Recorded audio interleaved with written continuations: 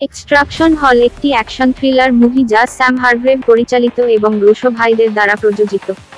মুভিতে প্রধান চরিত্রে অভিনয় করেছেন ক্রিস হেমসওয়ার্থ, রণদীপ হুডা এবং পঙ্কজ ত্রিপাঠী।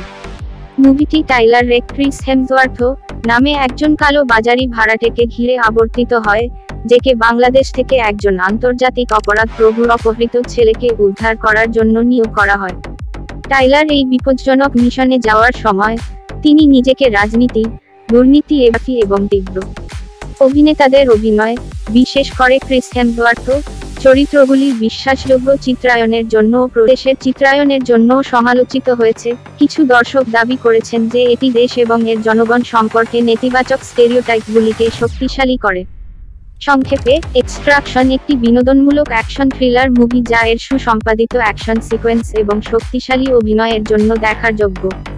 যাই হোক, এটি ঘরানার সবচেয়ে মৌলিক বা যুগান্তকারী চলচ্চিত্র নাও হতে পারে এবং কিছু দর্শক বাংলাদেশের চিত্রায়ন নিয়ে সমস্যা নিতে পারে, যা 2020 নামে একজন বন্দী ভারতীয় মাদক ব্যবসায়ীর ছেলে অভি মহাজনকে উদ্ধার করার জন্য তাকে নিক খান গোলশিফতেহ ফারাহানি, একজন সহকর্মী ভাড়াটে নিয়োগ করে।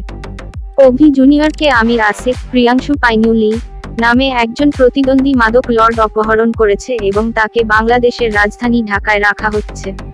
টাইলার ঢাকায় যান এবং তার স্থানীয় পরিচিত সাজু, রণদীপ হুডা এর সাথে দেখা করেন, যিনি অভি জুনিয়রের বাবার ডান হাতের মানুষও। সাজু টাইলারকে সতর্ক করে যে মিশনটি সম্পন্ন করা প্রায় অসম্ভব, কিন্তু টাইলার এগিয়ে যাওয়ার জন্য জোর দেন। টাইলার সেই বিল্ডিংয়ে অনুপ্রবেশ করে যেখানে অভি জুনিয়রকে রাখা হয়েছিল এবং তাকে উদ্ধার করে, কিন্তু শীঘ্রই আমিরের ডেভিড হারবার্ট নামে একজন প্রতিদ্বন্দ্বী ভাড়াটে, যিনি নিজের উদ্দেশ্যে অভিকে ধরার চেষ্টা করছেন। টাইলার এবং অভি অবশেষে একটি বন্ধন তৈরি করে এবং টাইলার অভিকে একজন সারোগেট পুত্র হিসাবে দেখতে শুরু করে, যেহেতু টাইলার নিজেই তার নিজের ছেলেকে কয়েক বছর আগে হারিয়েছিলেন। পরিস্থিতি ক্রমশ বেড়েছিলেন, যা বোঝায় যে টাইলার এখনো বেঁচে থাকতে পারে।